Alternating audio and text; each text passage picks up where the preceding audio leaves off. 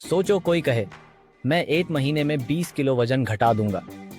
क्या यह वास्तविक है? पहले हफ्ते तक उत्साह रहेगा, फिर जब नतीजे न दिखें तो निराशा आएगी और वह छोड़ देगा। ट्रेडिंग में भी यही होता है। लोग कहते हैं मैं हर महीने पैसा डबल करूंगा। नतीजा निराशा, ओवर ट्रेडिंग और लॉस। ट्रेडिंग में वास्तविक लक्ष्य उतने ही जरूरी हैं जितने फिटनेस में। कई ट्रेडर्स अपनी यात्रा शुरू करते हैं सोचकर मैं 6 महीने में करोड़पति बन जाऊंगा। ऐसे लक्ष्य उन्हें गलत दिशा में ले जाते हैं। जब टारगेट एक दिन या एक हफ्ते में नहीं मिलता तो वे बड़े रिस्क लेने लगते हैं। ओवर लेवरेज, रिवेंज ट्रेडिंग और भावनात्मक फैसले उनका अकाउंट खाली कर देते हैं।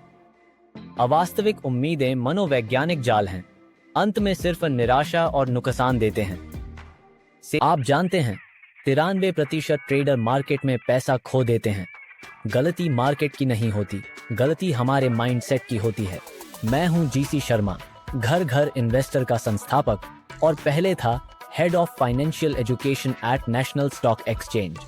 30 साल से मार्केट में हूं और मेरा मिशन है trade with discipline, not emotion.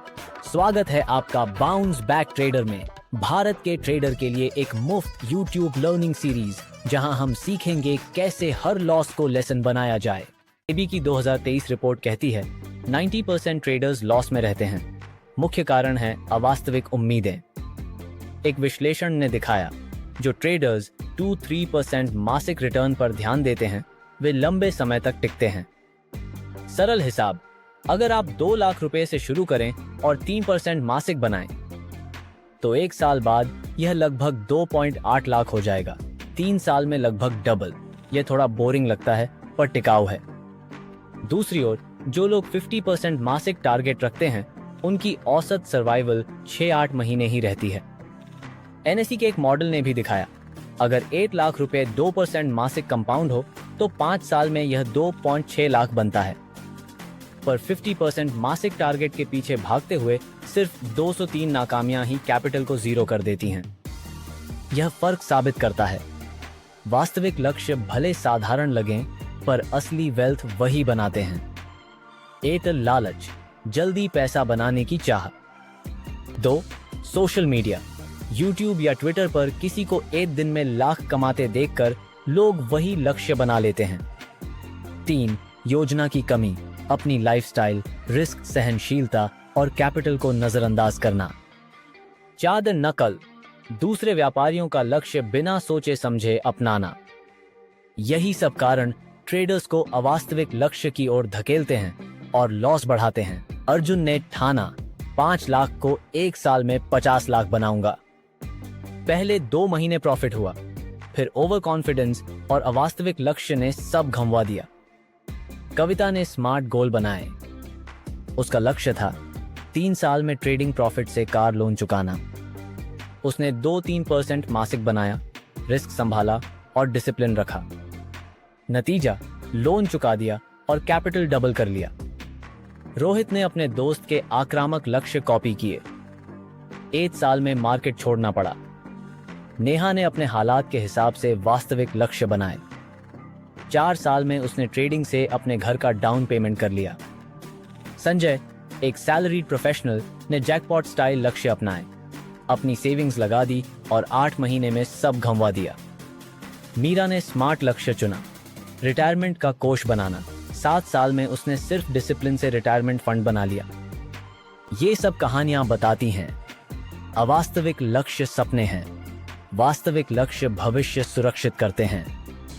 Trading गोल हमेशा स्मार्ट होने चाहिए, specific, measurable, achievable, relevant, time bound.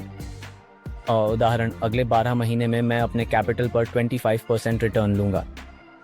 यह स्पेसिफिक है 25%, मेजरेबल है, अचीवेबल है लगभग 2% मासिक, रेलेवेंट है, वित्तीय ग्रोथ से जुड़ा और टाइम बाउंड है 12 महीने।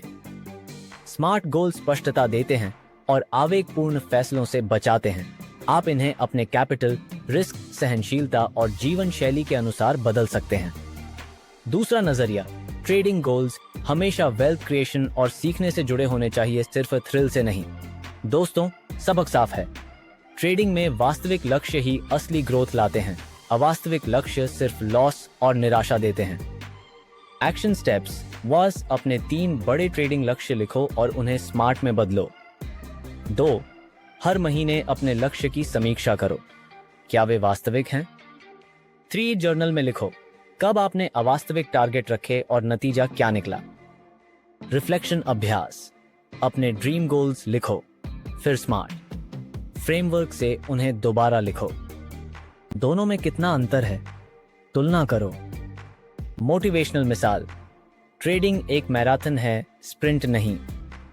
अगर रोज छोटे कदम बढ़ाओगे तो फिनिश लाइन तक पहुंचोगे, अगर स्प्रिंट करोगे तो बीच में ही गिर जाओगे। आत्म प्रश्न, क्या मैं वेल्थ बना रहा हूं या सिर्फ थ्रिल के पीछे भाग रहा हूं? अगला मॉड्यूल आपको दिखाएगा कि व्यापार कैसे डिजाइन किया जाता है और निर्णय लेने की प्रक्रिया कैसी होती है। आपने बाउंस बैक ट्रेडर का एक और लेसन पूरा किया। याद रखिए, trade with discipline, not emotion.